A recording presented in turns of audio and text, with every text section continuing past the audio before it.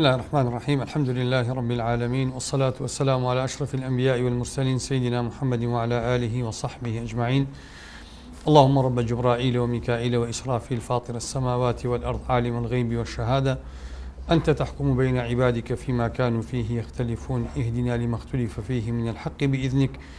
إنك تهدي من تشاء إلى صراط مستقيم. اللهم اجعل كل أعمالنا صالحة ولوجهك خالصة، ولا تجعل لأحد فيه شيئا. اللهم إني أعوذ بك من أن أشرك بك شيئا أعلم، وأستغفرك لما لا أعلم.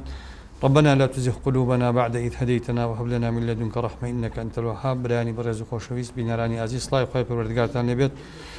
بردوامی لەسەر بابەتی دیاردەی سوخۆری لە مامەڵە هاوچەرخەکاندا ئەمڕۆ لە زنجیرەی نوێمی سیمینارەکانمان قسە لەسەر بابەتی بەدائیلەکانی سوخۆری، واتە ئێمە ئەگەر بمانەوێ پارە مامەڵە بکەین بەڵام نەکەوینە دیاردەی سوخۆری، ئێمە وتمان ئەتوانین چی بکەین. لە دەرسی ڕابردووە باسی یەکێک لە بەدیلە شەرعیەکانمان کرد کە بەدیلی مڕابەحە بوو. وتمان ئێمە ئەتوانین لە ڕێگەی مڕابەحەوە پێناسی مڕابەحەمان کرد، هەلومەرجەکانی مڕابەحەمان باس کرد. وتمان چۆن ئەتوانین ئێمە بەیعێک بکەین بە مڕابەحە بەبێ ئەوەی تووشی سوبین. ئەمڕۆ بەردەوامە بین لەسەر قسەکردن لەسەر بەدائیلەکان، بەڵام بەر لە بەدائیلەکان ئەو پرسیارانەی کە ئاراستە کراوین لەم هەفتەیەدا، یەکێک لەو پرسیارانە خەڵک دەربارەی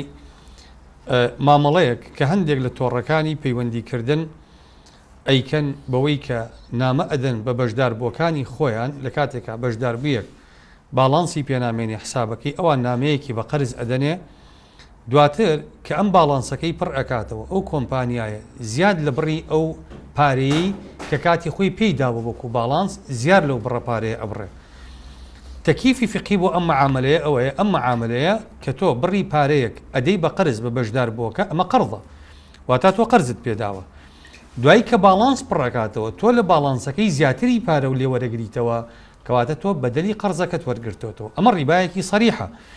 ئەم تۆڕانی پەیوەندیکردن کە ئەم جۆرە مامەڵەیە پەیڕەو ئەکەن کارێکی حرامەکەن، یا ئەوەتە ئەوان ئەم مامەڵەی خۆیان بە شێوازێکی شەرعی ئەگۆڕن، یا ئەوەتە بەشداربووەکانیان کاتێک کە باڵانسیان پێنامێنێ حرامە باڵانس وەرگرن بە قەرز، مەفروزە وەری نەگرن، لەبەرەوە ئەمە کارێکی شەرعی نییە و ناڕەوایە. هەندێک لەو بەڕێزانەی تر پرسیارەکەن دەربارەی عەزیمە و ڕوخسە. ئایا عەزیمە و ڕوخسە لە شەرعا فەرقیان چییەوە؟ ئایا ئێمە بۆچی ڕوخسە لە ڕیبایە بەکار ناهێنین؟ عەزیمە و ڕوخسە برایان بریتیە، عەزیمەت لە شەرعا بریتیە لە جێبەجێکردنی ئەرک و کارە شەرعیەکان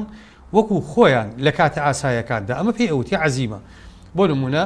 ئێمە 5 فەرز نوێژمان هەیە، ئەم 5 فەرزە نوێژە لە شەو ڕۆژێکە ئەکرێ، نوێژی بەیانی 2 ڕکعاتە، نوێژی نیوەڕۆ 4 ڕکعاتە، عەسر 4 ڕکعاتە، مەغریب 3 ڕکعاتە، عیشا 4 ڕکعاتە. ئەمە پێی ئەوتی عەزیمەت. کەسێک کە ئەم 5 فەرز نوێژە ئەکا لە کاتی خۆیان بەم شێوازە، ئەمە عەزیمەتە. ڕوخسە بریتیە لەو ئاسانکاریانەی کە شەرع بۆ خەڵکانێکی ئەکات لە کاتە نائاسایەکاندا. ئەم 5 فەرزە لە 5 کاتی جیاوازە ئەکرێن. کاتی ئینسانەکە سەفەرەکە ئەتوانێت لە 3 کاتە لە جیاتی ئەوی لە 5 کاتە ئەنجامیان بە لە 3 کاتە ئەنجامیانەدا. بۆ نمونە بەیانی لە کاتی خۆیان ئیلا ئەبێ بکرێ، نیوەڕۆ و عەسر لەگەڵ مەغریب و عیشا ئەکرێ کاتەکانیان ئاڵوگۆڕ پێ بکرێ. بۆ نمونە ئێمە ئەتوانین کاتی نیوەڕۆ بەرین لەگەڵ عەسرا بیکەین، یا عەسر بێنین لەگەڵ نیوەڕۆ بیکەین. بە هەمان شێوە مەغریب و عیشایش ئەتوانین مەغریب بەرین بۆ لای عیشا، یا عیشا بەرین بۆ لای مەغریب. ئەمە لە ڕووی کاتەکەەوە، کەواتە شەرع ئەگەر جاران ئەیود لە 5 کاتا بیکە، ئێستا لە سەفەرا پێمانە لە 3 کاتا بیکە، ئەمە ئاسانکاریە، پێی ئەوتێ ڕوخسە. لە ڕووی چەندێتیشەوە، بۆ نمونە نوێژی نیوەڕۆ 2 ڕکعاتە، عەسریش 2 ڕکعاتە، یعنی لە کاتی ڕوخسەکەیە خۆی نیوەڕۆ 4 لە کاتی ئاساییەکە ئەکرێ، عەسریش 4 لە کاتە نەئاسایەکاندا کە شەرع ڕوخسە ئەدا ئەبێ بە 2 ڕکعات بە 2 ڕکعات. ئەمە بابی ڕوخسەیە، کەواتە ئەو کار ئاسانیانەی لە کاتە نەئاسایەکاندا شەرع بۆ مکەلەفی ئەکا بەمانە ئەوتێ ڕوخسە. حکمی بەراوردکردن، ئایا ئێمە ئیش بە عەزیمەت بکەین لە شەرعا یا ئیش بە ڕوخسە بکەین؟ یعنی ئێمە هەموو کاتێک حتا لەو کاتانی کە شەرع کار ئاسانیمان بۆ ئەکا، ئێمە هەر عەزیمەت بەکاربێنین، ڕوخسەکانی شەرع وەرنەگرین باشە، یان لەو کاتانی شەرع کار ئاسانیمان بۆ ئەکا کار ئاسانیەکان قبول بکەین. ولەما طبعا لێرە خلافیان هەیە لە ڕووی حکمەوە فەرقەکە. بە یەک نمونەی بەسیط ئەگەر ئێمە بمانوێت تەوزیح بین ڕۆژوگرتن لە سەفەرە.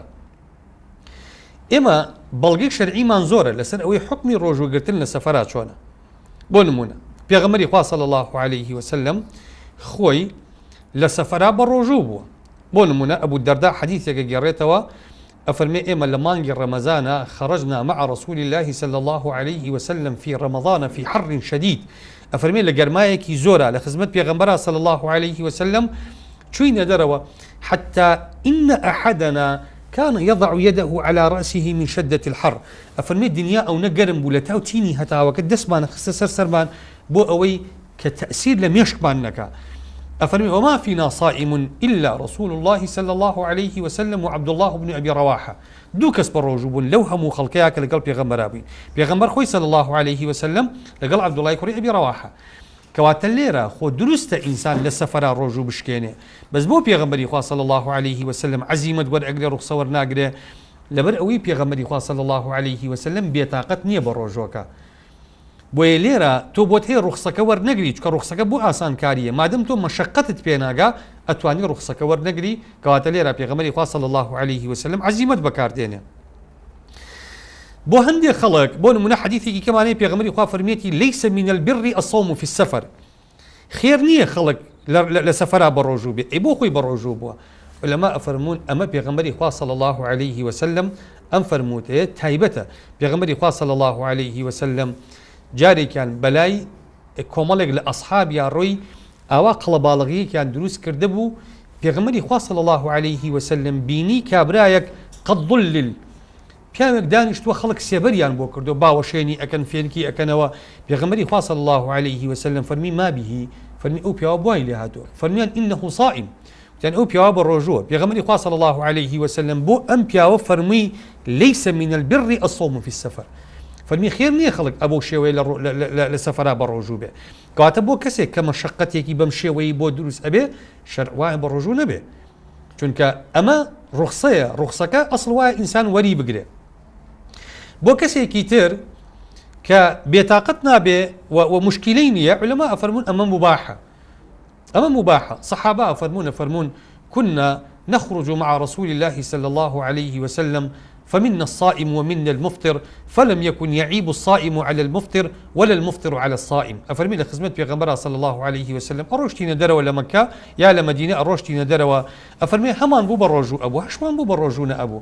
أفرمي نأواني كبالرجو بون قليو غازنديان لوانا أكد كبالرجو نبون نأواني بالرجو نبون قليو غازنديان أكد لواني كبالرجو بون كواتل ليرا إما بما تقيمي رخصة وعزيمة أكي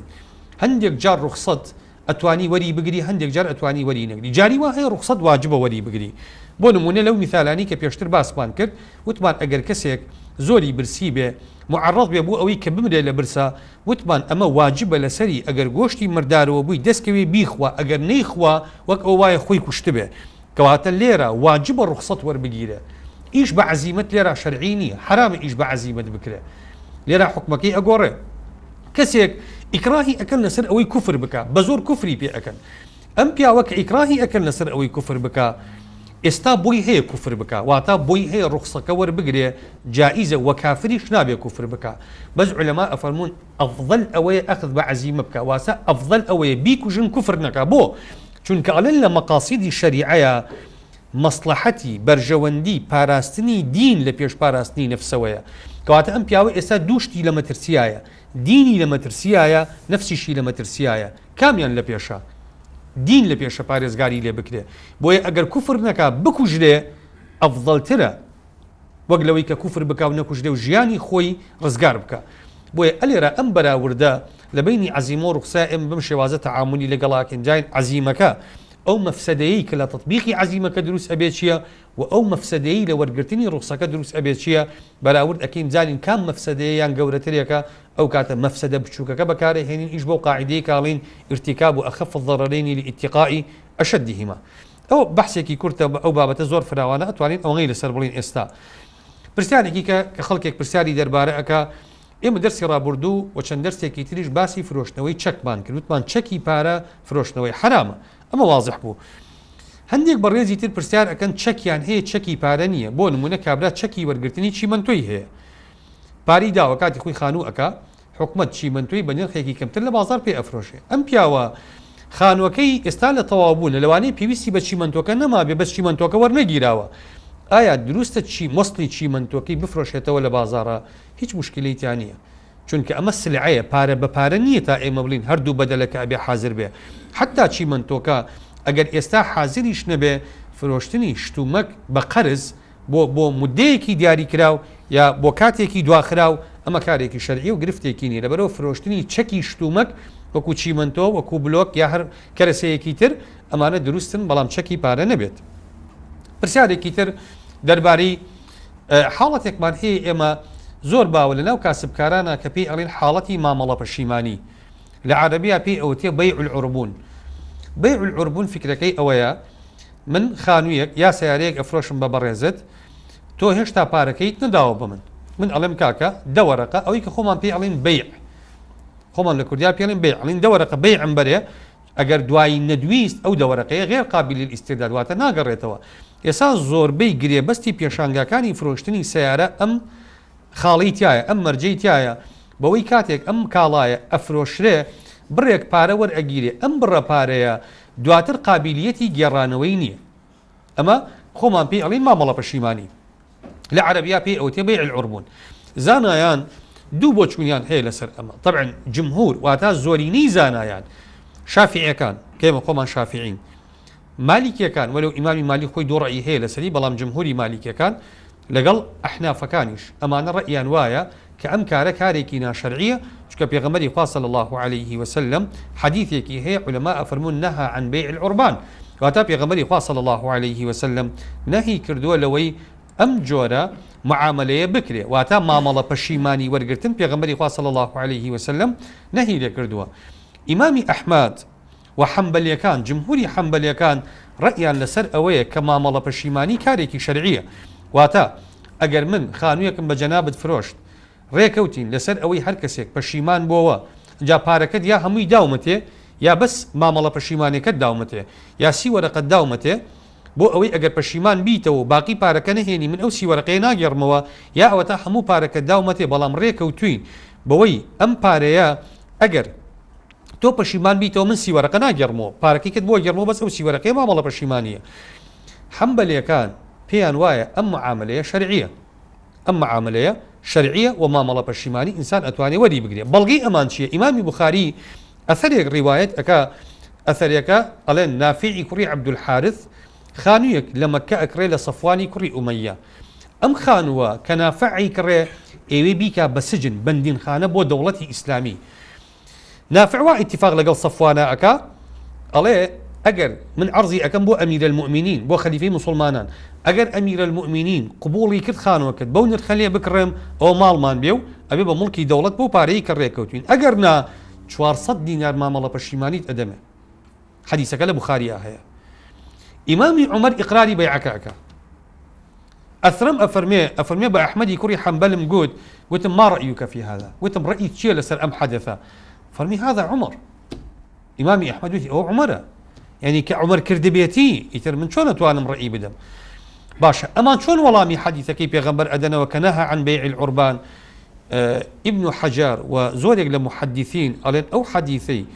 كباس كراوه كبيغمبر صلى الله عليه وسلم نهى عن بيع العربان قال حديثك ضعيفه حتى ابن حجر افرمي فيه راو لم يسمى افرمي يكيق للراوي كان او حديثا مجهولا ناوي نبراوه لهندێک ڕیوایەتە بۆ نمونە لە ڕیوایەتەکەی ئیبن ماجەیە ناوی هاتووە ئیبن لەهیعەیە ئەم پیاوە کابرایەکی محەدیثێکی ضعیفە ئەم پیاوە لە هەر حەدیثێکا بێ ئەو حەدیثە ضعیفە چونکە ئەڵێن ئەم پیاوە گومانی لەسەر بۆ لە قسەکردنە کەواتە هەردوو حەدیثەکە بە هەردوو ڕیوایەتەکە کە یەکیان ئەو ڕیوایەتی کردووە و هەندێک ڕیوایەتی تر هەیە کاڵێن عەبدوڵای کوڕی عامری ئەسلەمی ڕاویە مەجهولەکە عەبدوڵای کوڕی عامری ئەسلەمیە بەڵام هەردووچیان دوو کەسی ضعیف بوون. هەر بۆیە مەجامیعی فقهی ئێستا بۆ نمونە مەجمەعی فقهی ئیسلامی پێی وایە مامەڵە پەشیمانی حەڵاڵە بەڵام مەجمەعی فقهی ئیسلامی ئەڵێ ئەبێ مودەی پەشیمانیەکە دیاری بکرێت. چۆن؟ یعنی ئێمە ئەڵێین تۆ تا 3 ڕۆژی تر بۆت هەیە پەشیمان بیتەوە تا 3 ڕۆژی تر پەشیمان بوویتەوە ئەوە باش ئەگەر پەشیمان نەبوویتەوە بەیعەکە ثابتە کەواتە ئەوان ئەڵێن بێ مودە دیاری بکرێت بۆ مودە مامەڵە پەشیمانیەکە بۆ ئەوەی کە وەربگیرێ. بەڵام لیژنەی باڵای فتوا یعنی لە سعودیە ئەوان کە حەمبەلی مەزەبن و حەمبەلیەکان خۆیشان مودە دانانن ئەڵێن دروستە. ڕەئی ڕاجح والله ئەعلم یعنی ئێمە ئەگەر بمانوێت ئیش بە هەردوو ڕەئیەکە بکەین و ئەوەی کە جمهور و ئەمەی کە حەمبەلیەکان و مەجامیعی فقهی و لیژنەی فتوای باڵای سعودیە بڕیاری لەسەرداوە ئێمە ئەڵین هەر معاملەیەک ئەگەر کابرای فرۆشیار زەرەرەومەند بوو لە پاشگەزبوونەوەی کڕیارەکە بۆ نمونە نرخی ئەم کاڵایی کە ئەم کڕیوێتی شکا یا عیبدار بوو بەوەی کە خەڵک ئەزانی ئەم سیارەیە دوێنێ لە معرەزا فرۆشراوە بۆ نمونە بە 7 وەرەقە ئەمڕۆ هێناویانەتەوە سەر کابرا جێی پرسیارە لای خەڵکی تر خەڵگەڵی دوێنێ فرۆشتی بۆ یایانەوە بەسەریا ئەمە زەرەر دروست ئەکا ئێمە ئەڵین ڕاجح والله ئەعلم ئەوەیە هەر کەسێک لە دەرەنجامی پەشیمان بوونەوەی مشتریەکە زەرەری بۆ دروست بوو بۆی هەیە بەقەدەر قەرەبووی زەرەرەکەی مامەڵە پەشیمانی وەربگرێ بەڵام ئەگەر هیچ زەرەرێک پێش نەهات ئەو کاتە ئینسان خۆی لەم شوبهەیە بپارێزێ باشترێک کە مامەڵە پەشیمانی وەرنەگرێ واتە لەوانەیە تۆ خانووەکەت ئەمڕۆ کابرا بۆی ناگونجێ لێت بکڕێ خانووەکەت نشکاوە یا لەوانەیە بەعکسەوە سعری بەرزتر بۆتەوە بۆچی بەناحەقسی وەرەقی لە کابرا ئەبڕی بیدەرەوە بادەم ئەم خلافە هەیە ئینسان ئەحوەط بۆ دینی احتیاط بۆ دینی ئەوەیە کە مامەڵە پەشیمانی وەرنەگرێ حتا ئیثباتی ضەرەرێکە بێ ئەگەر ئیثباتی ضەرەر بوو ئەو کاتە بۆی هەیە مامەڵە پەشیمانیەکە لەقەدەر ئەو زەرەرەی کە لە کاڵاکەی ئەم کەوتووە لەقەدەر ئەو زەرەرە مامەڵە پەشیمانی وەربگرێ باشە بەڕێزان دێنەوە سەر مۆزوعەکەی خۆمان بەدائیلەکانی ڕیبای حرام یا بەدائیلەکانی ڕیبای قەرض وەکو عەرزم کردن ئێمە دەرسی ڕابردوو باسی مڕابەحەمان کرد ئەمڕۆ دێنە سەر بەدیلەکانی تریکێکی تر لەو بەدیلانی کە ئێمە ئەتوانین قەرز بە ڕیبا نەدەین علەما ئەفەرمون بابی مضاربەیە مضاربە فکرەکەی چۆنە من کابرایەک دێ داوای قەرزم لێ ئەکا من نامەوێ پاری قەرزی پێ بە من پارەم هەیە و پارەکانیشم خەوتون بەڵام ئەمەوێ سوود لە پارەکانم وەرگرم ئەم پیاوە پارەی نییە بەڵام پیاوێکی دەستڕەنگینە پیاوێکی کاسبکارە پیاوێکی لێزانە خەڵکی بازار من ئەتوانم پاری بدەمێ بەم پیاوە بڵم کاکە ئەم پارانە پارەی من و ئیشی تۆ بڕۆ بەم پارانی منەوە ئیش بکە من و تۆ شەریکە بین لە داهاتی پارەکانە نیسبەی ئەو شەراکەتەی کە هەمانە چۆن ڕێبکەوین کێشەمان نییە یعنی پێی ئەڵێم کاکە من و تۆ بە لە ساز مەسەلەن 30 شەریکە بین یعنی ئەو قازانجەی کە ئەیکەین لە سا 30 بۆ من لە سا 7 بۆ تۆ یا لە سا 50 نیو بە نیو شەریکە بین لە قازانجەکەمانە یا بە هەر ڕێژەیەکی تر من و ئەو ڕێبکەوین لەسەری ئەمە پێی ئەوتێ مضاربە واتە ئەم کەسەی کە پن پارەکانم تەسلیم کردووە بۆ خۆی پارەی نییە کابرایەکی بێدەسمایە من دەسمایم هەیە ئەو داوای قەرز لە من ئەکا من ئامادە نیم قەرزی بدەمی ئەو ئیشی پێوە بکە من سەیری دەستی ئەو کەم نا من ئەڵێم قەرزت ئەدەمێ ئیشی پێوە بکە بەڵام ئێمە شەریکە بین لە داهاتی قەرزەکەیە ئەمە ڕیبانیە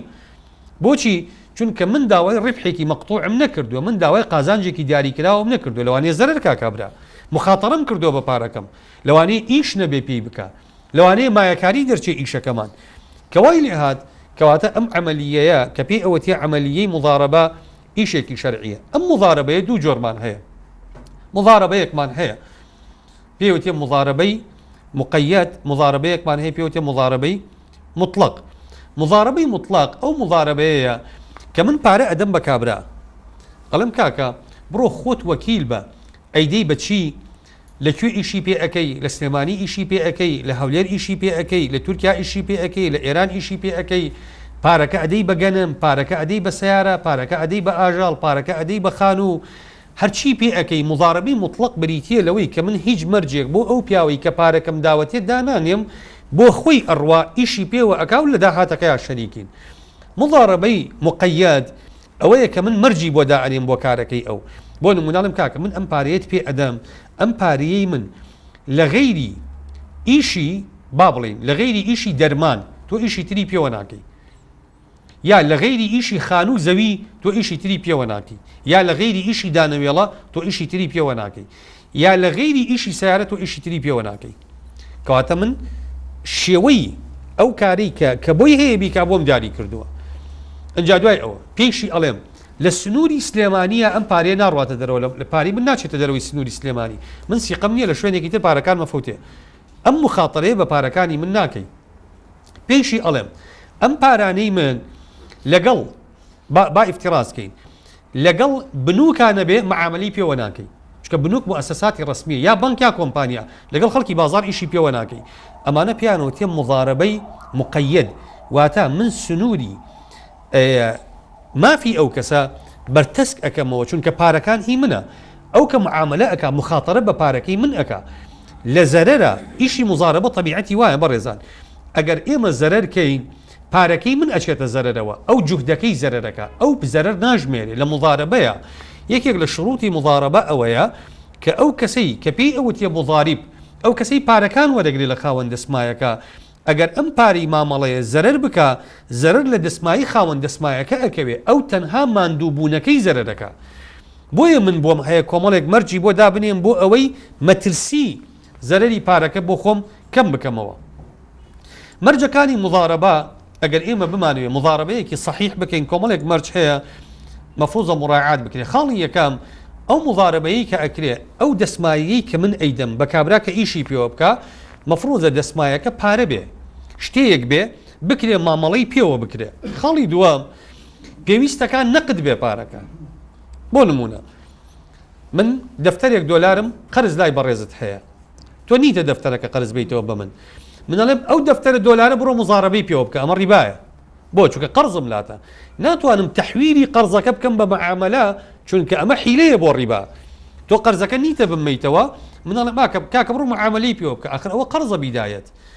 کەواتە من چۆن ئەتوانم بەڵام ئەگەر قەرزەکە لای کەسی سێیەم بێ من تۆ ئەتوانین مزارەبەی پێ بکەین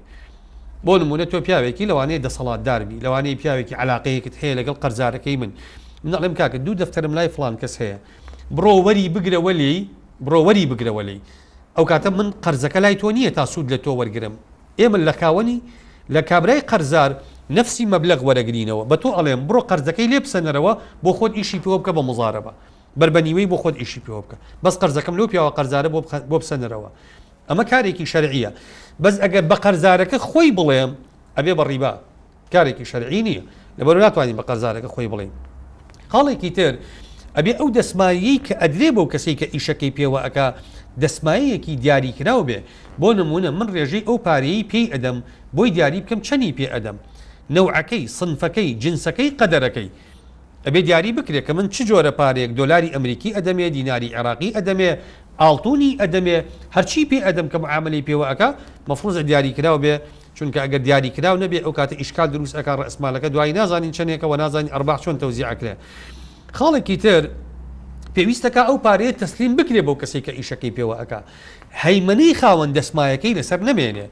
یعنی ناکرێت تۆ بڵێ بڕۆ ئیش کە با پارەکە لای خۆم بێ ئەو پێی ناوەتی عەمەلیەی مضارەبە ئەوە ئیجارەیە ئەو ئەچێ بەکرێ ئیش بۆ تۆ ئەکا فکرەی مضارەبە ئەوەیە تۆ پارەکان تەسلیم بەو ئەەکەی ئەو ئەڕوا معاملەی پێوە ئەکا و ئیشی پێوە ئەکا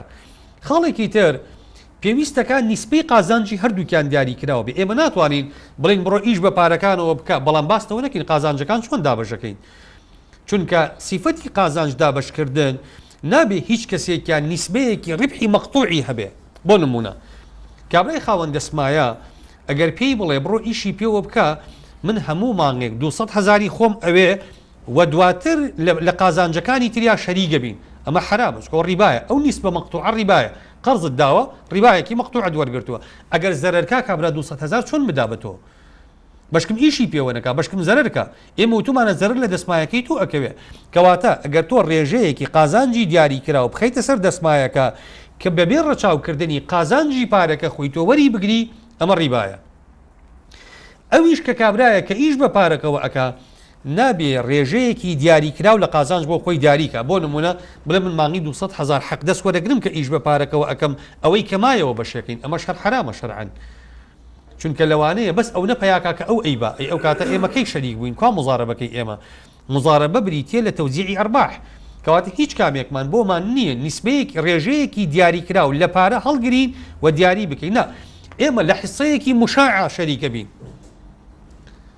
یا حتا بۆ نمونە ئێمە ناتوانین بڵین ئێمە پێمان وتووە پارەکەی ئێمە لە دوو شتا ئیشی پێوە بکە لە خانوو زەویە ئیشی پێوە بکە لەگەڵ سیارەیە ئیشی پێوە بکە بەس پێی بڵین قازانجی خانوو بۆ من قازانجی سیارە بۆ تۆ ئەمەش دیسانەوە حرامە ئەبێ ڕیبحەکە نیسبەی مشاع بێ واتە لە کوی هەڵسوڕانی پارەکە ئێمە شەریکین نابێ بە شێوازێک نیسبەیەک لە حیسەیەکی دیاریکراوە لە شتێکی دیاریکراوە ئێمە ڕیبحەکان بشکین ئەوە بۆ ئەو چکلەوانی ئەو هیچ قازانج نەکە سیارەکەی ئەو زەرەرکە خانۆکەی من قازانجکە و بەعکسیشەوە ئەو کاتێکێکمان خەسارە و من دەبین لەبەر ئەمە دیسانەوە شەرعی نییە و ئینەما ئەبێ لە حیسەیەکی مشاعی مشتەرەکە ئەمان بن بە شەریک خاڵێکی تر لە ڕووی زەرەرەومەندیەوە وەکو عەرزم کردن ئێمە زەرەرەومەندیەکان تەنها ڕووی خاوەن دەسمایەکە ئەگرێتەوە ئەو نابێ بە شەریک و هەر کاتێک ئەگەر خاوەن دەسمایەکە مەرجی ئەوەی لەگەڵادا بنێ مەرجەکە حرام ئەو مزارەبەکەش فاسی دەکا نابێ پێی بڵێ ئەبێت تۆش زەرەری پارە بی چونکە عملیی مزارەبە ئەو پارەی نییە نابێ ئەم فەرزەیشی بەسەرا بکرێ ئەو تەنها ئیشی هەیە ئەو لە ئامانج یان لە دەرەنجامی قازانجی پارەکە ماندووبوونەکەی خۆی زەرە دەکا بەڵام تۆ دەسمایەکە هی تۆیە تۆ بێ لە دەسمایەکە زەرەر بێت کەواتە ئەمە یەکێکی کێ بەڕێزان لە بەدائیلەکان بۆیە دەوڵەمەندەکان یا بنووک ئەگەر نایەنەوێ پارە بە قەرز بە سوود بدەن و نایشانەوێ بە قەرزی حەسەنە بیدەن با مزارەبە بکەن لەگەڵ خەڵکە بانک کۆمپانیا هەیە جێی سیقەیە بانک بابێ 100 دەفتەر تەسلیمی بەم کۆمپانیایە بکە لە پرۆژەیەکی وەبەرهێنانە بەکاری بێنێ بن بە شەریک لە قازانجەکەیە ئەو کاتە کۆمپانیاکە پارەکە ئەگەڕێ ئەنجام ئەتوانین مدە بۆ مزارەبەش دابنین بنووکی ئیسلامی مدەی بۆ دائەنێ بۆ نمونە 6 مانگی بۆ دائەنێ ساڵێکی بۆ دائەنێ ئەڵێ دوای ساڵێک تەسفی حسابات دەکەین دەسمایەکەم بەرەوە ڕیبحەکەین بە 2 کردەوە یا ڕیبحەکەین بە 3 کردەوە کەواتە ئەکرێ مدەش دیاریکەین بۆ عەمەلیەی مزارەبە بۆیە بنووکی ئیسلامی ئیتیباعێکە و ئەگەر بنووک بیانەوێ ئەم مامەڵانە بکەن ئەگەر بنووک مضاریب بێ یعنی ئەگەر بنووک پارە وەرگێ لە خەڵک زۆر جار عملیەکان بە هەردوو شێوەکە ئەکرێ بۆ نمونە بانک ئەتوانێت مضاریب بێ دەسمایەکان خەڵک بن بانکێک ئەڵێ من ئەمەیە بازرگانی بۆ نمونە ئاژەڵ بکەم ئاژەڵ دێنێ لە ئوسترالیا لە کەنەدا لە هەند ئاژەڵ دێنێ بۆ کوردستان ئەڵێ هەر کەسێک پارەی هەیە بمداتێ لەم عملیەیە تا ساڵێک ئێمە چەند وەج بە ئاژەڵمان بۆ هاتە کوردستانەوە ئەیهێنین خەڵک پارە بێنێ بە پشک وەری ئەگری هەر دەگەڵایەک کە $1000 پشکێکە هەر کەسێک پارەی هەیە بیهێنێ دوای ساڵێک تەسفی حسابەکەین لێرە بانک مضاربەی مطلق لە مەسلحەتێت ئەگەر بنووک بیکەن باشتر وایە مطلق بێ بۆچی باشتر وایە مضاربەی مطلق بێ بۆ ئەوەی بانک دەستی کراوە بێ دەستی واڵا بێ خەڵک شروعی بەسەرا داننێ و سەلاحیەتی بانک بەرتەسکەنەوە بەڵام ئەگەر بانک خاوەنی دەسمایەکە بێ بانک پارە بدا بە خەڵک بانک مضاربەی مقەیەد لە مەسلحەتێتی بۆ ئەوەی مخاتەرە کەمتر بێ بە پارەکانیەوە ئەو کاتەکە ئەو پارە ئەدا بە خەڵک بە خەڵگەڵێ 1 2 3 4 بەم مەرجانە پارەکانی بانک بەکاردێنی بۆ ئەوەی مخاتەرەی کەمتر بێ بۆ بانک لەبەرەوە ئەمە کارێکی مەشروعە یەکێکی تر لەو بەدائیرانی کە بنووک یا خاوەن دەسمایەکان یا کۆمپانیەکان ئەتوانن بەکاری بێنن لە بری قەرزی حەسەنە یا لە بری قەرزێک کە بە سوود بدرێ بریتیە لە عملیاتی عقودی ئیستیصناع عقدی ئیستیصناع چییە؟ عقدی ئیستیصناع واتە دروستکردن واتە بەرهەمهێنان من کابرایەک ئەڵێ کاکە پارەم بدەرێ دەفتەرم بدەرێ خانوویەکی پێ ئەەکەم ئەڵێم ناکاکە من دەفتەرت نادەمێت تۆ خانووی پێ بکەیت من خۆم خانووکەت بۆ دروست ئەەکەم مواسەفاتی خانووکەی کە ئەتەوێ بۆم بێنە من وەکو خاوەن دەسمایەک وەکو دەوڵەمەندێک وەکو بانکێک وەکو کۆمپانیایەک مواسەفاتی خانووکەتم بەرێ کە ئەتەوێ بۆت بکرێ من خۆم چم خانووکەت بۆ دروست ئەەکەم دوای خانووکەت پێ ئەفرۆشم بەقیس خانووکەت پێ ئەفرۆشم ئەمە پێوەتی عملی ئیستیصناع یا تۆ چتە لای کابرایەک ئەتەوێ کابرا کەنتۆرێکت بۆ دروستکە کەنتۆرێکی لێ ئەکری بۆ مواسەفاتانی کە ئەتەوێ ئەمە پێوەتی عملی ئیستیصناع عملی ئیستیصناع واتە دروستکردن ئەمە لە ڕووی بنەما شەرعیەکانەوە ئەم عملیەیە ئەحناف ڕێگەیان پێداوە لە ئەساسە ئەگەر زۆر وردیکەیتەوە لەگەڵ هەندێک بنەمای شەرعی تر یەکانگیرە بن یعنی دژ ئەوەستنەوە چۆن بۆ نمونە عملیەی ئیستیصناع کابرا شتێکی فرۆشتووە کە نیەتی ئەو دارتاشەی کە کەنتۆرێکی فرۆشتووە بە تۆ کەنتۆرەکەی نییە هێشتا تەختەکەیشی نەکڕیوە ڕێکەوتون لەسەر ئەوەی کەنتۆرێک دروست ئەکا کەنتۆرێکی شەشتاک بۆ نمونە قوڵی کەنتۆرەکە ئەو نەیە بەرزی کەنتۆرەکە ئەو نێ ئەو نەتاکە پێی فرۆشتووی ڕێکەوتون پارەکەی شت داوە ئەو چی بە تۆ فرۆشتوە هیچ کەنتۆرەکە وجودی نییە لە ئەرزی واقعە بەڵام عولەما ئەفەرمون ئەمە دروستە لەبەر مەسلحە و حاجی خەڵک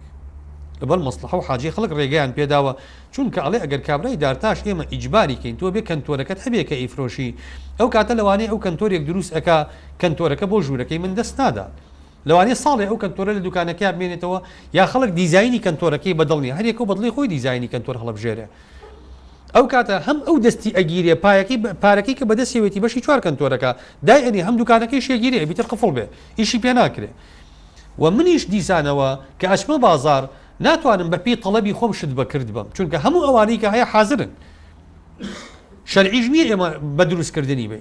بۆیە عولەما ئەفەرمون ئیستیصناع ڕێگەی پێ ئەدرێ شەرعەن لەبەر دەفعی ئەم مەشەقەتە لەسەر خەڵک کەواتە ئیستیصناع ئەم عەمەلیەیە تەکیفی عملیە ئیستصناع واتە ئایا ئیستصناع من کە بە کابرا وتووە کەنتۆریەکەم بۆ دروستکە و ڕێکەوتوین لەسەر مواسەفاتی کەنتۆرەکە و لەسەر پارەکەی ئەمە وعدە یا عەقدە ئەمە وعدە من داوامەکە بۆم بکە و وعدەکە ئەو داوێتی بۆ دەکەم یا ئەمە عەقدەکە کردومانە ئەو بیکا من پارەکەی بدەم لەما ئەفەرمون ئەمە عەقدە واتە کابرا دواتر ناتوانێت پەشیمان بێتەوە نە من کە پێم وتووە کەنتۆرەکە دروست کە سبەینێ کەنتۆرەکەی دروست کرد بۆ مواسەفاتانی کە من وتومە من ناتوانم بڵێم نامەوێت وەکو عملیەی مرابحەکە نییە وەکو ئەوەی کە ڕابردوو وتمان ئەو کەسەی کە ئەوێ شتەکە بکرێ پێی ئەوەتی ئەلئامر بالشراء نە ئەم عەقدی کردووە و عەقدەکە بیناء لەسەر ئەوە کراوە کە ئەم وتێتی من بەم مواسەفاتە ئەمەوێ لەبەرەوە عولەما ئەفەرمون لە تەکیفەکەیە عەقدە و کەس بۆی نییە لی پەشیمان بێتەوە مەرجەکانی عملی ئیستیصناع چییە خاڵی یەکەم ئەبێ شتە دروستکراوەکە کارێکی مباح بێ واتە ئێمە ناتوانین بە خەڵک بڵین شتێکی حرام دروست بکە شتێکی حرام وەبەربێنێ عارقمان بۆ دروست بکە یا بۆ نمونە تلیاکمان بۆ وەبەربێنێ ئەمانە حرامن عملیاتی ئیستیصناع لەسەر ئەم بابەتانە دروست نابن خاڵێکی تر ئەبێ مەصنوعەکە واتە دروستکراوەکە زۆر ڕوون بێ لە بەرچاوی هەر یەکێکمان بۆ نمونە من پێم وتووە بە شەریکەیەکم وتووە بە شەریکەی توێتام وتووە 100 سەیاری توێتام بۆ دروستکە بەم مواسەفاتانە تەبریدی وابێ بۆ نمونە مواسەفاتی ئەمانی سەیفتیەکەی وابێ مواسەفاتی بارەکەی وابێ مواسەفاتی گێڕ و مەکینەکەی وابێ هەموو مواسەفاتەکانم پێوتوە بە شەریکەی توێتە ئەمە عملیە ئیستیصناع ئەو 100 سەیارە لە دوای 6 تەسلیمی من ئەکا بۆ مواسەفاتانی کە خۆم وتومە ئەمە پێی ئەوتێ معلومە الجنسی والصنف من ناتوانم بچم بڵێم کاکە شتێکم بۆ دروستکە آخر شتەکە چییە چی بۆ دروستکە ئەو ئەبێ ڕوونی کەیتەوە ئەو چی بۆ تۆ دروست ئەکا خاڵێکی تر ئەبێ ئەو شتەی کە تۆ داوای ئەەکەی بچێتە بابی صنعاتەوە ئەگەر نچێتە بابی صنعات و دروستکردنەوە ئەو کاتە پێی ناوەتی عملیە ئیستیصناع بۆ نمونە تۆ ناتوانی پێی بڵێ تەنێ گەنمم بۆ دروستکە تەنێ گەنم خۆی حضوریگەن وجودی هەیە دروست ناکرێ ئەو ئەچێتە بابی سەلەمەوە دوای ئەتوانین لە سەلەمە ئەو معاملەیە جێ بکەینەوە بەڵام لە ئیستیصناع فکرەی عملیەی ئیستیصناع بریتیە لە دروستکردن بابەتی پێکەوەنان پیشەسازیکردن لەبەرەوە ئەبێ شتەکە مەوادی خام بێ و بکرێ بە صنعات بکرێ بە پیشەسازی خاڵێکی تر ئەبێت کاتی تەسلیمکردنی ئەو شتە دیاری بکرێ و ئەکرێ نرخەکەی بەپێی کاتەکەی دیاری بکرێ چۆن من بە کۆمپانیاکە ئەڵێم کاکە خانوویەکەم بۆ دروستکە یا مەکتەبێکم بۆ دروستکە ئەڵێم ئەگەر دوای 6 مانگ مەکتەبەکەم تەسلیمکەی من $10 ئەدەمێ بەڵام ئەگەر جووتێکی باشترم بۆ بکەی دوای 4 مانگ تەسلیمیکەی من ئەو کاتە $12 ئەدەمێ خۆ ئەگەر بە 2 مانگ تەواویکەی $15 ئەدەمێ ئەمە تەرەدودی سعرە بە پێی مودە شەرعیە ئەم معاملەیە بۆچی شەرعیە ئەو کە ئیش ئەکات کە من پاری زیاتری ئەدەمێ بۆ تەحفیز بۆ هەڵانی ئەو کە ئیشەکەم بۆ بکە ئەو ڕیبای وەرنەگرتووە قەرزی لام نییە تا من ڕیبان پێدا بێ و منیش عملیەیەکی ڕیبەویم نەکردووە ئەو کارێک بۆ من ئەکا من ئەمەوێ تەحفیزی کەم بۆ پێشی ئەڵێم لە هەمان کاتە ئەڵێم ئەگەر تەخیری کەی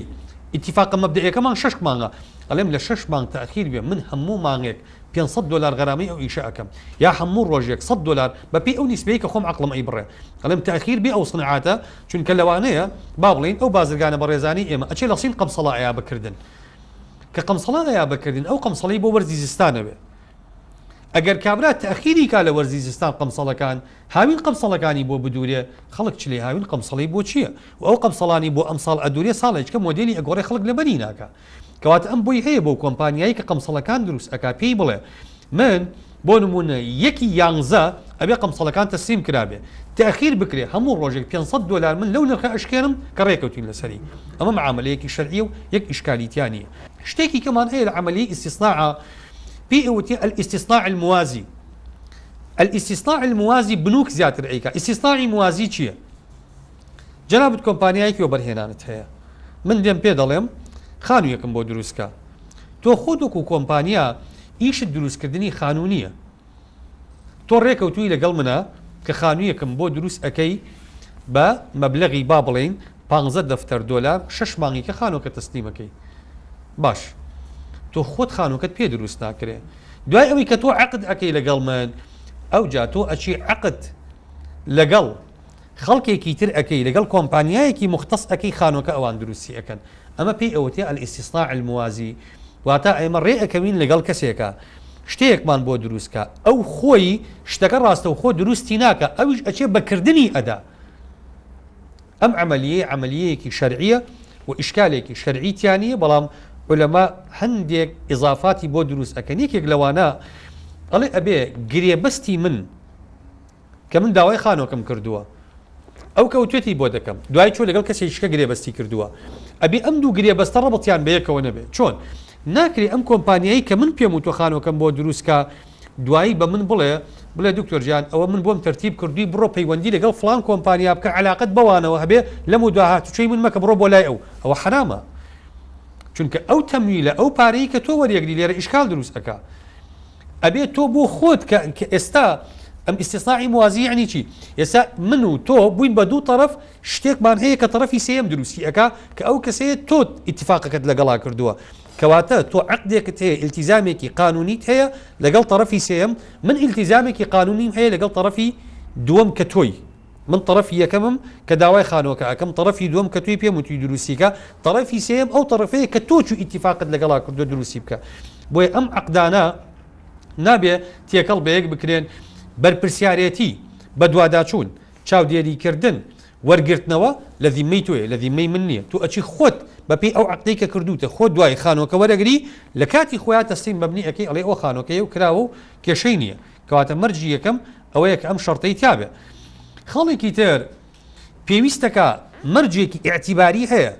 ئەم مەرجە ئاعتیباریە نەبێت چۆن من چووم سیارە ماوە بەکرد لەگەڵ شەریکەی تۆتا لە یابان شەریکەی تۆتا مارکەیە ئەو سنعاتی ئەو ئەیکا معتەبەرە قبول نییە بڕوە لەگەڵ شەریکەیەکی کۆری تەنسیەت کا شەریکە کۆریەکە سیارەکە بۆ من دروستکە چونکە لێرە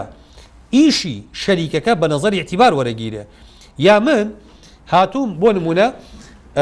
بە وەستایەکم گوتووە بە کۆمپانیایەکەم وتووە من دڵنیام لە کوالیتی ئەم کۆمپانیایە کە ئیشەکانەکە بەم کۆمپانیایە وتووە خانوویەکەم بۆ دروستکە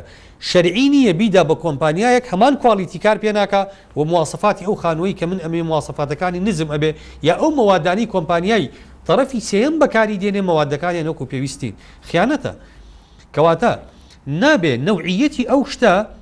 لە ڕووی کوالیتیەوە فەرقی هەبێ کە کۆمپانیاکە ئەچێ لەگەڵ خەڵکێکی ترائیکە من کە بە تۆم وتووە وەکو شەریکە من ئەو مارکەیەی تۆم ویستووە و من ویستومە ئیشەکە بەدەستی تۆ بکرێ بەو کوالیتیە بکرێت کە تۆ ئیشی پێ ئەەکەی وەک شتەکانت لە بازار ڕاهەن تۆ بچی لە پشتی منەوە ئیتیفاقی لەگەڵ خەڵکێکی ترە کە ئەو سنعاتی ئەوان ئەیکەن بە نەفسی کواڵیتی دەرناچێ یا هەمان ئەو مواسەفاتی تیانی ئەەکە من ئەمەوێ ئەمە کارێکی حرامەوە کارێکی شەرعی نییە و دوای ئەوە من مافم هەیە ئەگەر تەواو بوو وەری نەگرم چونکە تۆ خیانەتت کردووە من دەتوانم بڵێم نامەوێت یەکەم خۆت نەت کردووە مەفروزە بەدەستی خۆت بکرایە چونکە کەسایەتی تۆ سنعاتەکەی تۆ معتەبەر بوو لە هەڵبژاردنە من خۆم و کۆمپانیایەتین مەزانی بۆیە زیادم دا بە تۆ کە خۆت بکی کە نەت کردووە من ملزەم نیم بەو عەقدە خاڵی ئەخیر لە ئیستیثنائی موازیە ئەوەیە ئەگەر ئەو کۆمپانیایی تر ینی طرفی سێم کە لەگەڵ طرفی دووەم عەقدی کردووە من پێم و تۆ بۆم بکە لەگەڵ طرفی دووەم ئەو چویاوێتی بە طرفی سێم هەر زەرەرێک لە بینی ئەو دوانەیە لە دەرەنجامی عقدەکەی ئەوانە دروست بێ من تحملی ناکەم چونکە من عقدم لەگەڵ ئەم هەیە بە مواسەفات و شروطی خۆم ئەو عقدێکی نوێی هەیە بە مواسەفات و شروطی خۆی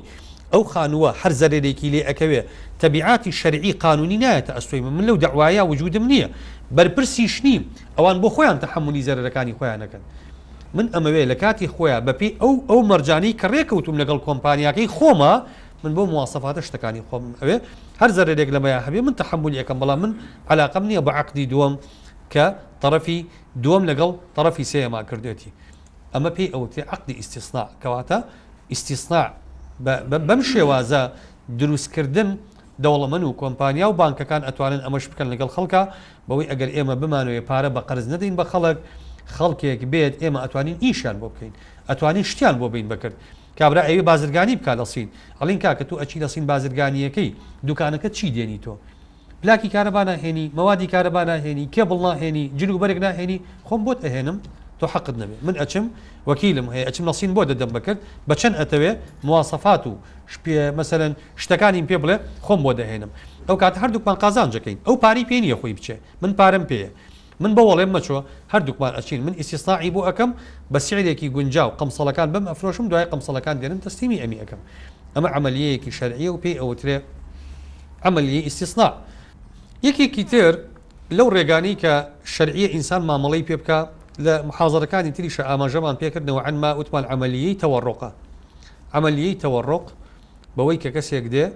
شتەیەک ئەکرێ بە نرخێک بە قەرز لە من مەسەلەن شتێکی پێ ئەفرۆشم بە قیست بە قەرز بە ڕێژەیەکی زیاتر خەڵێکی تر ئەوەی کە باسمان کرد کاتی خۆی بەیعی تەقسیت ئەوە ژێشیشکێ لە شێوازی معاملە شەرعیەکان بەوەی ئێمە کاتێک کە شتەیەکە کڕین ئەتوانین دوای بیفرۆشینەوە بە خەڵک بە قیست کابرا پارینی ئێستا بە حازر بیکڕێ ئێمە بە قیست پێفرۆشین دەتوانین پێشەکی هەل لێ وەرنەگرین سیارەیەکی پێ ئەدەین سیارەکە باید و دەفتەرە ئەڵێن پێشەکیمان هەر ناوێ هەموو مانگی 20 وەرەقەمان تەستیم بکە لە ماوەی دەمانگات و ئەتوانین و دەفتەرەکە پڕکەیتەوە ئەمانە کۆمەڵێک بەدائیلن هەندێک بەدائیلی ترمان ماوە پێم وایە بۆ ئەمڕۆ فریان ناکەوین ئەلێرەدا ئەوەستین ئەگەر بە ڕێزێک پرسیارێک ڕوونکردنەوەیەک تێبینی سەرنجێک کێبێ من لە خزمەتانە بسم الله الرحمن الرحيم دەستخۆشی لە کاکتۆرەکەی سەرکەوتبی انشاءالله کاکتۆر باسی معاملە پەشیمانی یا مامەڵە پەشیمانی بەڕێزت فەرموود باشتر وایە کە وەری نەگری یعنی ئەو کەسێک کە ئەکرێ معاملەکە بەس ئەوەی من ئاگام لێ بێ لای جمهور مامەڵە پەشیمانی حرامە عولەمانی معاصرینیش باسییان کردووە حتا لە مەوسوعەکەی دکتۆر زوحەیلیە ئەوەی هێناوە بە حرامێنە والله عەلەم دکتۆر یوسف قەزاژ بە حرامی دانێت چونکە مامەڵە پەشیمانی بەدائیلی ترمان هەیە لە فقی ئیسلامیە غیری ئەوە مەسەلەن پێشوێ بینە سەر ئەوە من سارێکە کڕم ئەم سارەیە کە من مواصفات و مشتێکی بەدڵ خۆمە لە عەقدەکە طبعا نووسراوە مەسەلەن 50 وەرەقە مامەڵە پەشیمانی یا 20 وەرەقە من کە ئەم سارە ئەبەمەوە بۆ لای کابرا هیچ عیبێکی تیانێ هوشت ینی سارێکە بەدڵ خۆم بۆ مواصفاتانێکی ویستومەتیایەتی هیچ مشکلەیەکی نییە کەی بمەوە کابرا بۆ کابرا بۆچی لە منی وەرگێتەوە من ماڵی خۆمە ئەگەر پەشیمانم لە سارەکە هەر مشکلەیەکم بۆ دروست بووە قەرزدارم پارەکەم قرز کردو ئیلا ئاخری ئەم سارە بێ خۆی بیفرۆشێتەوە دوایی پارەی کابرا گەر بە قیزێنایەتیە بە قرزێنەتی پارەی کابرا بە ئەم سارەی کە کابرا بە زۆر بدرێتەوە بە سەریە کابرا مەسەلەن بڵێ سارەکە و لێ وەرەگرمەوە بەڵام 20 وەرەقە مامەڵە پەشیمانی ئەمە بۆ خۆم یەڵەگرم والله عەلەم ئەمە حرامە نەک باشتر وابێ کە وەری نەگری ینی باشتر وابێ ئەمە نەیکەن ئەمە خاڵیەکەم بەدائیلی ئەمانە بەدیلی ئەمانە چییە ئێمە خیاراتمان هەیە لە بەیعە مەسەلەن خیار المەجلیسمان هەیە خیار الشەرطمان هەیە خیار العیبمان هەیە لە مەجلیسی بەیعەکەیە ئەوەی کە مەسەلەن تاو کاتێک کە مەجلیسی بەیع ئەنجا عولەمان دیاریان نەکردو ئایا مەجلیسی بەیع ساعاتێکە 2 ساعاتە چەند دقەیەکە ئەو مەجلیسی وایە مەسەلەن لەوجێ 2-3 ساعات بخانە مەجلیسی وا دەدەکە لە مەجلیسی بەیعەکە مواصفاتەکانی خۆی بەدڵیەتی ئەوە یشتی خۆیەتی و تەواو ئەگەر دوایی خیار و شەرطمان هەیە لە مەزەی مامی شافعیە بۆ 3 ڕۆژە لا جمهوری عولەما بە پێی ڕێکەوتنی بایع و مشتریە ئەم 3 ڕۆژەیە دانراوە کە بە پێی ڕێکەوتنی خوان نڵێن هەفتەیەک تر بۆم بێنەرەوە ئیتر ئەمە لە بینی خوانە ڕێکەوتون ینی خیار و شەرطە دوای هەفتەیەک ئەگەر بەدڵن نەبوو بێنەرەوە ماڵی خۆم بێ یا خیار العیبمان هەیە گەر عیبێک لەم مواصفاتانەی کە من داوام کردووە عیبێکە بوو ئەوە دوای ئەگێڕێتەوەی من ئاگەم لێ بێ خاڵێکی تر لە ئەوەی کە نمونەت بە خەمسەڵەکە هێنایەوە کە لە مەوعیدی خۆیان بەدەستی ناگا و مەسەلەن نەم عەقدێکی کردووە بێ و خەمسەڵەیە لە مەوعیدی خۆیان چونکە خەمسەڵ لە زستانە ئیسفادەی لێکە ئەگەر ئەمە کابرا بەڕێزت فەرموو دەتوانێت مەسەلەن بڵێ گەر بەدەستم نەگەیشت هەموو مانگە $500 لە سعرەکە داشکەنم ئەوەی خاڵی یەکەم بەس خاڵی دووەم مشتری ئەتوانێت بەیعەکە هەڵوەشێنێتەوە بڵێ من نابێت چونکە ئەگەر $500 داشکێنێ وەکو جەنابەت فەرموود قەمسەڵە بۆ ساڵێکی تر ئەسەر ئەم خەمسەڵینی وەک قیمەت لەوە چێنەکە لەبەری مۆدێلی نامێنێ هەر ئەتوانێ عولەمانە فەرموون ئەتوانێت بەیعەکە هەڵوەشێنێتەوە پارەی خۆی وەرگێتەوە خاڵێکی تر ئەگەر من بەڕێز مەسەلەن کۆمپانیایەکە دەیە خانوو دروستەکەی من عەقدم لەگەڵ جەنابتا هەیە وەکو بەڕێستان فەرمووتان من سیخەم بە جەنابت و کۆمپانیەکەی جەنابتانەیە ئەو خانە بۆ دروستکەن ئەگەر بیدەیتە کۆمپانیایەکی تر بە هەموار ماسەفاتیش بۆ منی دروستکە من خانووی کۆمپانیایم ناوێ ینی من خانووێک کۆمپانیەکەی جەنابەت دروستیکە ئەگەر بە هەمان واسەفاتیش بێ والله عەلەم ئەوەیان تاکید نیم ئەگەر بەڕێزی شارت پێ بکەی ئایا من مەسەلەن ئەتوانم بەیعە هەڵوەشێنمەوە تۆ مەسەلەن کۆمپانیاکەی تۆ ناوێی بە کۆمپانیایەکی تر دروستیکە من خانووی کۆمپانیای ترم ناوێ کاکە بەیعەکەم هەڵوەشاندەوە و پارەکەم بەرەوە سەرکەوتی بن دەست خۆش بن طبعا دەستخۆشی بۆ جەنابی دکتۆر من لەگەڵ زۆربەی قسەکانیان متفقم من بداية عرضم کرد وتم جمهوری متفق جمهوری فقهاء لەسەر ئەوەن کە مامەڵە پەشیمانی حرامە بەڵام ئوستاز مامەڵە پەشیمانی ئێستا تەطبیقاتی علەما کە مراجعی ئەم بابەتەیان کردوێتەوە ئێستا ئیشکالێکی زۆر هەیە لە ناو خەڵکە و ئەم پارانە ئێستا لەو معاملە جوزئیانە چوەتە دەرەوە کە خەڵک کاتی خۆی کردوێتی فقها قسەیان لەسەر کردو ئێستا بانکێک جاریوا هەیە مامەڵەیەکەکە بە 2,000 دەفتەر دۆلار بۆ کابرایەک بۆ کۆمپانیایەک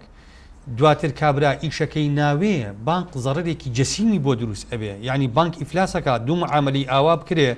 ئەگەر ئەم مامەڵە پەشیمانیە نەبێ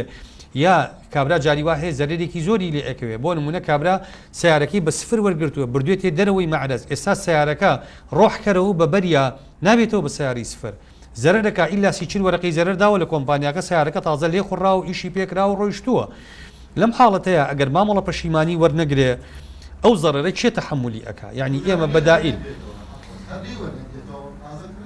تۆ فەرمووت مەسەلەن هەلەی وەرنەگرێتەوە جاری وایە هەلەی وەرنەگرێتەوە کابرا تووشی شەڕە بێ لەگەڵی ئیشکالی بۆ دروست ئەبێ ئەوەی کە مەجموعی فقهی ئیسلامی باسییان کردووە ئەڵێن ئەگەر مودەی دیاری بکرێ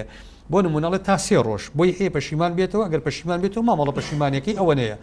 بەم مودەیە کە دیاری ئەکرێ والله أعلم يعني خو أثرك إمامي عمريش أثريكي واضحة وحدي حديث شماني حديثك ضعيفة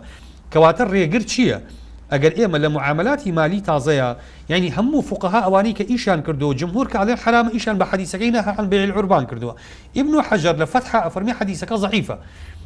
أفرمي الراوية كيتيا ناو نبلا والراوية بودو الراوية كوتمان هردو كان ضعيفا حديثك لابن ما جاءتوا إيه حديثك بخاري بقوة تريكا ئەوەی کە نافع کردوێتی لەگەڵ سەفوانی کوڕی ئومەیە لە سەردەمی ئیمامی عومەر ڕەدی نەکردوێتەوە کە پێغەمبەری خوا فەرمێ صلی الله عليه وسلم عليكم بسنتي وسنة الخلفاء الراشدين من بعدي وهیچ سەحابەیەکیش ئینکاری معاملەکەی نەکردووە مادەم وابێ ئەو ڕەئیە حەدیثەکە و مستەندەکەی ضعیف بێ و ئەم ڕەئیە مستەندەکەی بەقووەتر بێ و ئەمە مەصلحەت تەحقیقکە و مەجامیعی فقهی معاصر لەسەر ئەم ڕەئیە بن والله أعلم من عرضیشم کردی وتم ئێمە ئەڵێن ڕاجح وایە ئینسان احتیاط بکە احتیاطەکە بریتیە لەوەی ئەگەر زەرری لێ نەکەوتووە باوەری نەگرێ زەرری لێکەوتووە بینی خۆی و خوا بەقەدە زەرەرەکەی وەرگرێ فقط فکرەکە ئەو نەیە ئەوەی کە فەرمووت لە عملی ئیستیسناع کابرا بۆی هەیە پارەکە لە جگەلەوەی کە خەسمی ئەکا بۆی هەیە هەر معاملەکە هەڵوەشێنێتەوە تەواو ئەوی جەنابەتی فەرمی زۆر تەواوە ئێمە ئەتوانین کابرا پێی بڵێن برین لە بەرواری ئەوەیە ئەو شتەمانەوێ ئەگەر لەوەنەیە دروست نەکرا ئێمە نامانەوێ هیچ شکالێکی شەرعیمان نییە بەڵام من بۆیە باسی خەسمەکەم کرد باسی ئیضافەکەم کرد وتم ئەتوانین تەحفیزیکەین پێی بڵین ئەگەر زووتر تەواوێکی زیاترت ئەدەینێت لە مقابلە پێشی ئەڵین ئەگەر درەنگتر تەواو بێ ئێمە خەسمی ئیشەکە ئەەکەین وەکو جەنابیش دەفەرمووی ئەتوانین بڵێ هەر نامانەوێ ئەوەی کە فەرمووت ئیستیسناعی موازی کە تۆ بەم کۆمپانیایەت وتووە ئەو کۆمپانیایە بڕوە لەگەڵ کۆمپانیایەکی کە عقد بکانابێ ئوستازگیان ئێمە مادەم هەمان کوالتی بەکار هاتووە لە دروستکردنی خانۆکەیە ئەم کۆمپانیایە بێنە خانۆکانی بەچی دروست ئەکە ئەم چوە تەنسیقی کردو لەگەڵ کۆمپانیایەکی تر پێی وتووە بە هەمان مەواد و کەرەسی خاو بۆم دروستەکەی دەرگای پەنجەرەی دیواری سەقفی کاشی کە بەکار هاتووە هەموو ئەمانە هەمان مواسەفاتی ئەم کۆمپانیایە خۆی تایە کەواتە تۆ چۆن ئەڵەی نامەوێ یعنی ئەگەر هەمان ئەو مواسەفاتانی کە تۆ داوات کردووە کۆمپانیاکە جێبەجێی کردبێ ئیتر چ ئیشکالێک ئەمێنێ لە مۆزوعەکەیە تۆ بۆت هەیە وەکو عەرزم کردی وتمان بۆمان هەیە تاعن بدەین ئەگەر هاتوو ئەو کوالتیە بەکار نەهاتووە لە دروستکردنی شتەکەیە ئەو مواسەفاتە بەکار نەهاتووە بەپێی ئەوەی ئێمە ئەمانەوێ نەکراوە ئەگەر بۆ مواسەفاتە کرابێ عولەما ئەفەرمون ئینسانەکە پاساوێکی نامێنێتەوە بۆ وەرنەگرتن بڵێ وەڵام من وەری ناگرم خۆ ئەگەر ئەوەی تۆ ئەفەرمونی غێر قابل للتەعویض بێ ئەمە ئەو کاتە منیش متفقم لەگەڵتا یعنی ئەگەر ئەم شتە تەنها بەم کۆمپانیایە خۆی ئەکرێ کەسی کە پێی ناکرێ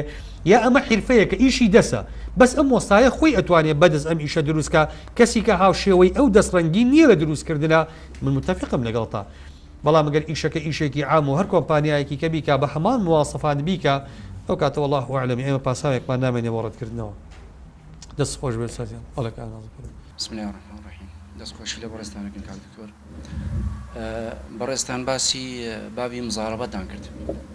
ئەمڕۆ پێم وابێ لە ناو خەڵکی ئەم حاڵەتە زۆر زۆرە بۆ نمونە من پارەیەکم هەیە بە بە مزاربەتدام و بە کەسێکە کاسپی پێوەکەم ئەم پارەیە کە لە پڕ ئەم کەسێکە من پارەکەمەوە پێک ئیفلاسەکە پارەی پێنامێنێ شتێکی پێنامێنێ منیش لەگەڵ قەول و قەرارێکم هەیە بۆ نمونە بۆ شێوەیە کە جەنابەت باسی کرد نسبەیەکماندانەوە لە بینی خۆم و ئەوە چەندێک قازانجەکەن و چەندێک قازانج ناکەین لەو قازانجەی کە وەرەگرین من تا ئێستا وەرم گرتووە بەڵام ئەو گوتم لە پڕ ئەم پارەیە نامێنێ ئیتر کابرا ئیفلاس ئەکات چۆن پارەکە نامێنێت چۆن نامێنێ ئەمە تەفاسیلێکی تری ئەوێ بەڵام حاڵەتێکی تر هەیە کە من بۆ نمونە ئایا بۆم هەیە ئەو کاتێکە ئەو کابرا ئیفلاس ئەکا یان ئەو کۆمپانیان ئەو شخصە ئیفلاس ئەکا من بۆم هەیە دوایی وەکو جەناب باسی کرد کەوت لە زەرەرا من بۆم نییە یعنی داوای ئەگەر کابرا زەرەری کرد هەزارەکە هەمووی لەسەر شانی منە لەسەر شانی کابرا نییە کە کاسبی پێوەکە من بۆم هەیە ینی داوای کاملی پارەکەی خۆم کەم و زەختی لێ بکەم کە پارەکەی خۆم بە کاملی باتەوە یاخودنا ینی ئەگەر وەدیشی گرمەوە لە حاڵەتێکا کە ئەمڕۆ وەرەگیرێتەوە پارەکەی تر بە نسبەیەک لە 150 لە 140 لە 130 بە نسبەیەک لە کابرا وەرەگیرێتەوە لەو کابرای کە کاسبی پێوە کردووە ئایا من گوناحبار ئەبم بۆ پارەی کە وەری گرمەوە لە کاتێک ئەگەر کابرا پارەکەی زەرەری کردبوو بالفعل ڕۆشت بێ بەڵێ دەست خۆش بێ ئەوەی جەناب دەیفەرمووی دەربارەی مضاربە من متفقم لەگەڵ تا کە ئەمڕۆ دوو لە ڕووی حاجی خەڵکێکی ساختەچی و دەستبەر کەوتونەتە ئەو بازاڕە دەستی خەڵک ئەبرن پارەکۆ ئەکەنەوە دوایش کابرا لە پڕی ئەلانی ئیفلاسی خۆیەکەوە لە پارەکە نەما ئێمە قسەمان لەسەر ئەم حاڵەتە نیە لەم حاڵەتەیە من کە پارە داوە بە کابرایەک بە مضاربە ئەبێ بێ بە وەسڵ بۆم ئیسپاتکە کە ئەو پارەی من چۆتە زەرەرەوە بۆ نمونە پارەکەی من باخیرەیەکا بۆ غەرق بووە پێم بڵێ ئەو باخیرەیە ڕۆچێتی باخیرەکەم بۆ بێنێ منەفێسی باخیرەکەم بۆ بێنێ کە ئەو نە مثلەن هزار با بڵێن شتی ئەم بازرگانی تیا بووە و ئەم باخیرەیە غەرق بووە لە ڕۆژی ئەوەیە شتەکان غەرق بۆ زەرم کردو قبولمە یا داوتە بە خانوو پێم بڵێ پارەکەم داوە بەم دەخانوو ئەم دەخانوە کاتی خۆی ئەو نەم پێداوە ئێستا ئەو نەزەرەکە ئەو نە ڕسمالەکەی تۆ فەوتاوە بەڵام کابرا لە پڕ ئەڵێ پارە نەما ئەمە ئەوە نییە کە من باسم کردووە لە شەرعا ئەمە بەرپرسیارە یا جاری وا هەیە کابرایەک پاری لە من وەرگرتووەتی بێنە کەسابەتی پێوە ئەەکەین من ئاگام لێ نییە قەرزاری خەڵکە چۆ پارەکەی من یاوەوە بە قەرزی خەڵکە دوای وڵای ئیفلاسم کرد ئەخر کاکە من تۆ بە مزاربە ئەم پارەی من دامی تێ قەرار بوو ئیشی پێوە بکەی قەرار نەبوو بیدیتەوە بە قەرزی خەڵکا و دەستی من بەستی ئێستا تۆ ئەبێ بۆم ئیسپات کە یعنی ئێمە ئەم ئیتیفاقی کە ئیکن ئیتیفاقێکی تعاقودیە ئەبێ ئیثبات بێ بەوەی کە ئەم پارەی من چۆتە زەرەرەوە یاوتە بە ئاژەڵ مەسەلەن ئاژەڵەکان مردار بوونەتەوە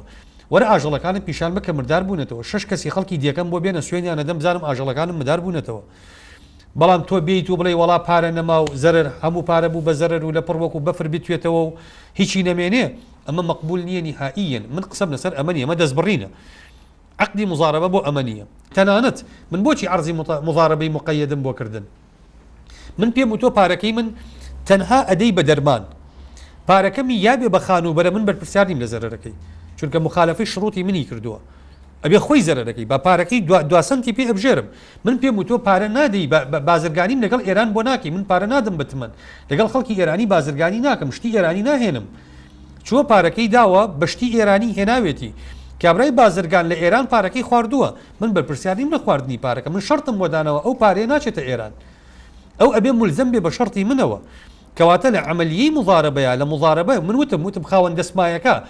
بۆ خۆی هەر جۆرە مەرجێکی بۆ دابنێ مافی ئەوە ئەگەر کابرای مضاریب ئەوەی کە پارەکەی بەدەستەوەی و پارەکە ئەگێڕێ بە پێچەوانەی مەرجەکانی خاوەن دەسمایەکە بڕوا مامەڵە بکە هەموو بەرپرسیارەتێکی زەرەری پارەکە چێتە ئەستۆی ئەو وصلى الله وسلم على سيدنا محمد وعلى آله وصحبه أجمعين خير قداشت ما تقول السلام عليكم